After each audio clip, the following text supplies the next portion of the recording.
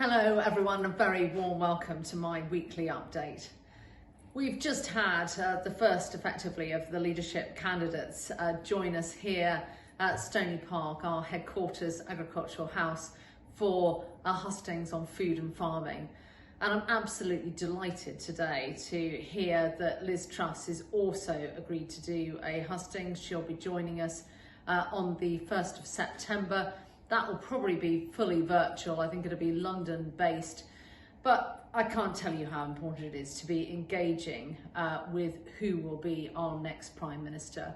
There is so much in play right now, whether that is the future of trade deals, whether that is access to people going forwards, every sector reeling at the moment from lack of available workforce, or whether that is the future policy design and what that will look like.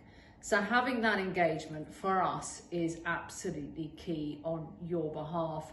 And I was delighted that Rishi Sunak chose to come here to our headquarters to do something actually outside of London, much more accessible for members. We had over 100 members join us here today, and we had over 600 joining us online. And I very much hope that the same will be happening with Liz Truss. I think the key point that I want to try and achieve is this statutory underpinning, effectively, of food production and making sure in these times of change, when we're reintroducing species, when we're taking land out of production, rewilding schemes, more house building projects, solar farms, if food production doesn't have the same statutory profile as those other things, we're going to see it as the poor relation. And my worry with Boris Johnson's government was that it was being seen as the poor relation, and it absolutely needs to be front and centre. Food production is the primary part of all of our businesses. So I'm really pleased that Rishi Sunak has committed to that. I'm really hoping that Liz Truss will. Certainly the many MPs that I speak to on both sides very much think that that is an area that we should be following. It's also, of course, what I've been raising with Labour and Lib Dems as well, not a million miles off an election at this stage. There've been many things going on right now. You'll have heard Deputy President Tom Bradshaw talking about the Labour Survey results.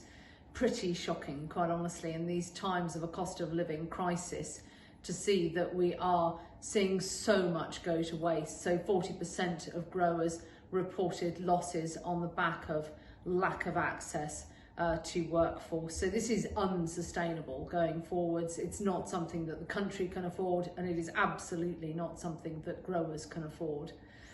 And finally, please, just to urge everybody who can, it is our Community Farming Heroes Award coming up.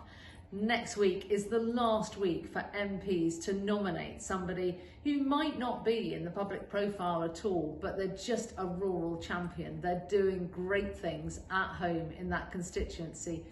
If you know who that person is, please do contact your MP and let them know. As I say, next week is the last week, and of course the winner will be announced on our Back British Farming Day on the 14th of September.